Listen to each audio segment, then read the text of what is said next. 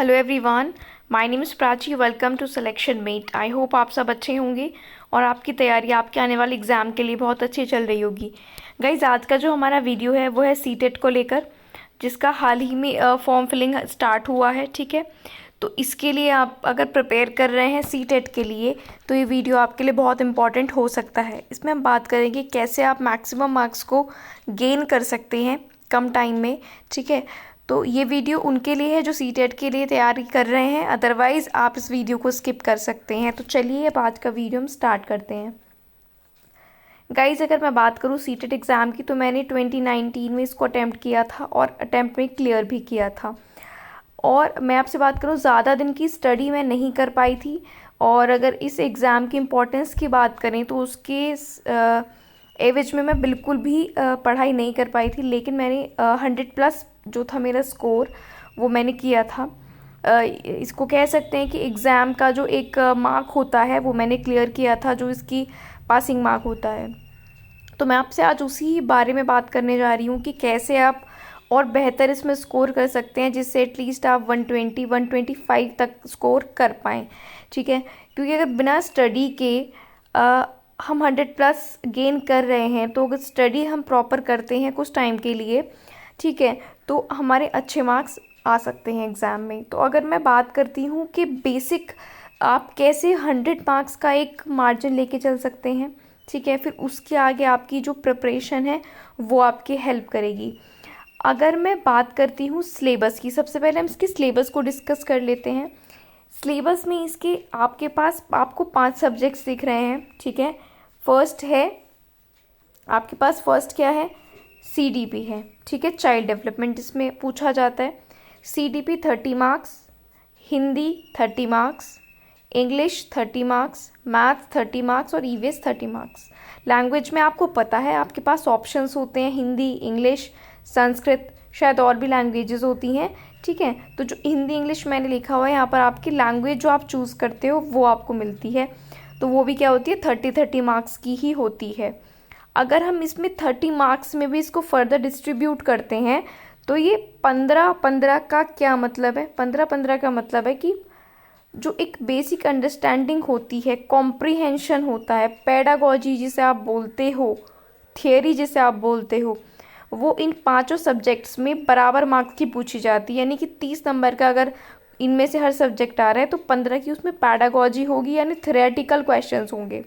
और वो जो थ्योरेटिकल क्वेश्चंस हैं, यानी 150 मार्क्स के पेपर में हाफ इसका कितना होता है, 75। ठीक है,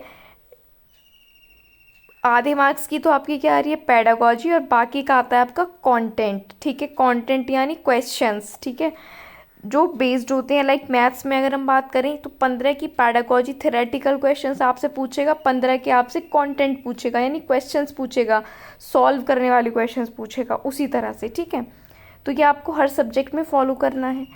15 मार्क्स की हर सब्जेक्ट में पैडागोजी है, उसके लिए इम्पॉर्टेंट क्या है, आपकी अंडरस्टैंडिंग, आपकी मैच्योरिटी। देखिए, इसके लिए आपको अगर आपने ग्रेजुएशन ऑब्वियसली की है, आपने बीएड या बीटीसी किया है, तभी आप सीटेट को देने जा रहे हैं, तो आपकी मैं ये उम्मीद रखती हूँ इतनी बेसिक अंडरस्टैंडिंग होगी कि आप पेडागोजी को समझ पाएँ। अगर आप थोड़ा कम समझते हैं तो चीज़ों को देखिए, पेडागोजी सिर्फ आपको पढ़ने से समझ नहीं आती है, रटने से। आपके चारों तरफ जो चीज़ें हैं आपने उनको ऑब्जर्व करना है, और ये हमेशा करना है, ना कि सिर्फ एग्ज़ाम से पहले या एग्ज़ाम के लिए। ठीक है, अगर आप उनको ऑब्जर्व करते हैं तो आपकी अंडरस्टैंडिंग अपने आप अच्छी होती है। तो ये जो 75 मार्क्स हैं, ठीक है, इनमें से कुछ क्वेश्चंस ऐसे हो सकते हैं लाइक CDP में कि ये किसने कहा था। ठीक है, जो स्टेटमेंट होते हैं वो आपको ऑब्वियसली याद करने पड़ेंगे। ठीक है, लेकिन मैंने ये जो ऑब्ज़र्व किया है मैं आपको वो बता रही हूँ। ठीक है, आप अपने हिसाब से कर सकते हैं, लेकिन जो मेरी ऑब्जर्वेशन है मैं आपको वो बता रही हूँ कि इस अंडरस्टैंडिंग से जिसकी मैं बात कर रही हूँ, आप ये 75 क्वेश्चंस कर सकते हैं बिल्कुल। अगर आपका कंटेंट रेडी नहीं है, आपने ग्रेजुएशन उस सब्जेक्ट में की है, आपने बीएड बीटीसी किया है, तो आप कुछ क्वेश्चंस उस कंटेंट के कर ही पाएंगे अगर थोड़ा बहुत भी आप पढ़ लें तो। बाकी रहती है पैडागोजी यानी थ्योरेटिकल क्वेश्चंस, तो वो आपके, अगर आपकी अंडरस्टैंडिंग अच्छी है, ठीक है, और आप अब से पढ़ना स्टार्ट कर रहे हैं, तो कुछ आप किस पर फोकस कीजिए, कंटेंट पर फोकस कीजिए, तो आप बहुत अच्छा स्कोर कर सकते हैं। मेरे इस वीडियो को बनाने का जो पर्पज़ है वो यही है कि मैं आपको बताऊं कि आप सीटेट के लिए बात हो रही है। बाकी यूपी टेट की अगर हम बात करें उसमें सारा हमें पता है कंटेंट ही पूछा जाता है। तो सीटेट की स्ट्रेटजी की यहाँ पर मैं आपको बता रही हूँ, जो मेरा एक्सपीरियंस है खुद का। उस समय सिचुएशन ऐसी थी कि मैं पढ़ नहीं पाई थी, तो एग्ज़ाम में मेरा क्वालिफाई हो गया था और 100+ मार्क्स थे मेरे आउट ऑफ 150। तो मुझे ऐसा लगता है कि अगर हम कंटेंट थोड़ा रेडी कर लें, ठीक है, जिसने नहीं किया है, जिसने कर रखा है दैट इज़ वेल गुड, वो तो और अच्छी बात है। जो शुरू से पढ़ रहे हैं, प्रॉपरली प्रिपरेशन कर रहे हैं, तो अगर आपकी अंडरस्टैंडिंग अच्छी है तो आप उस क्वेश्चन को अच्छे से समझिए। जो भी पेडागोजी का क्वेश्चन है, थ्योरेटिकल क्वेश्चन है, उसको अच्छे से पढ़िए, ठीक है, उसके ऑप्शंस को समझिए। आपको लगता है उन 4 ऑप्शंस में से कुछ क्वेश्चन, 1-2 ऑप्शन आपको ऐसे लगेंगे ये नहीं हो सकता, तो उसको वहाँ पर आप क्रॉस कर दीजिए, ठीक है।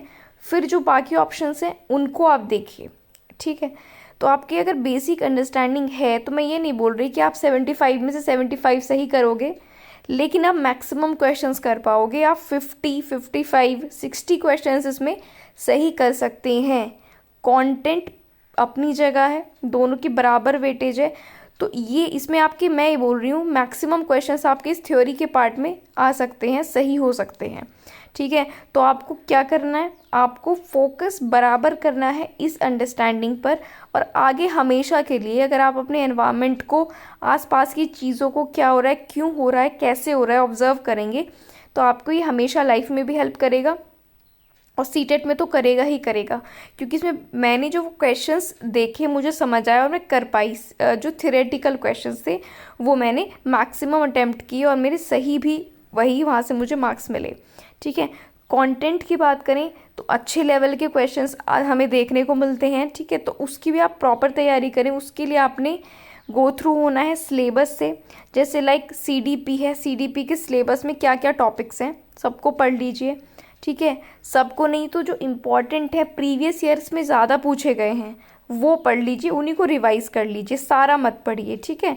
जो इम्पॉर्टेंट टॉपिक्स हैं, प्रीवियस ईयर में ज़्यादा पूछे गए हैं, आप हर सब्जेक्ट में इस अप्रोच को फॉलो कर सकते हैं। तो ये पेपर 1 की बात थी, जिसमें आपके पास 5 सब्जेक्ट हैं, 2 लैंग्वेजेस होती हैं, एक सीडीपी है, मैथ्स होता है और ईवीएस होती है, ठीक है।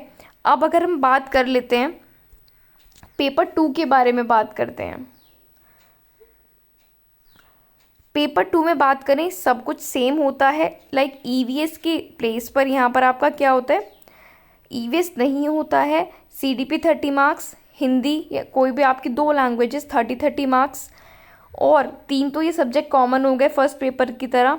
जो नेक्स्ट सब्जेक्ट है वो 60 मार्क्स का होता है। उसमें आपके पास ऑप्शन है कि या तो आप मैथ साइंस लें, जो मैथ साइंस वाले हैं वो मैथ साइंस लेते हैं, जो आर्ट साइड वाले हैं वो सोशल साइंस को चूज़ करते हैं। फॉर्म फिलिंग में ही फिल होता है, ठीक है। जहाँ तक मुझे याद है फॉर्म फिलिंग में ही फिल होता है या फिर एग्ज़ाम टाइम में होता है, इसमें हो सकता है कन्फ्यूजन हो मुझे, लेकिन इनमें से आपको एक तो चूज़ करना होता है। तो ये 60 मार्क्स का होता है। लाइक मैथ साइंस चूज़ करेंगे तो 60 मार्क्स, या फिर सोशल साइंस, ये भी 60 मार्क का आपका होता है।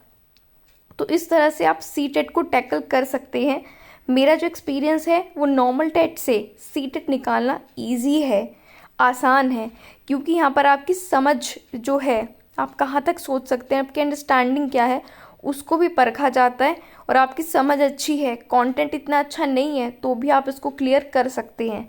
लेकिन जैसे कि आपको हाईएस्ट स्कोर करना है, मैक्सिमम स्कोर करना है, तो उसके लिए आपको कंटेंट पे ज़रूर फोकस करना पड़ेगा। लेकिन अगर आप बिना कंटेंट पे फोकस करे 100 स्कोर कर पा रहे हैं, तो आप कंटेंट पे फोकस करेंगे तो आप आराम से 25-30 नंबर अपने वहाँ से इंक्रीज़ कर सकते हैं, अगर आप पढ़ाई करते हैं तो, ठीक है। मेरा मकसद इस वीडियो में आपको ये बताना था कि आप सीटेट के एग्ज़ाम को किस तरह से देख सकते हैं। तो इस तरह से सीटेट या जो स्टेट टेट होते हैं लाइक यूपी टेट, उनमें ये बहुत बड़ा डिफरेंस क्रिएट होता है, ठीक है। तो सीटेट को क्रैक करने की पॉसिबिलिटी ज़्यादा है, ये मेरा एक्सपीरियंस है, ठीक है। सो गाइज, आज के वीडियो में बस इतना ही। मेरी तरफ से आपको ऑल द बेस्ट आपके एग्ज़ाम के लिए। आपकी कोई भी क्वेरी है तो आप कमेंट बॉक्स में लिख सकते हैं और हमें बताएं ज़रूर कि आपको ये वीडियो कैसा लगा। इस वीडियो को जाने से पहले लाइक कर दें, शेयर कर दें और हमारे चैनल को सब्सक्राइब कर दें। यहाँ पर आपको बहुत ही यूज़फुल वीडियोज़ अवेलेबल होते हैं। एक बार हमारे चैनल को ज़रूर विज़िट करें and all the best for exam. Thank you for watching the video.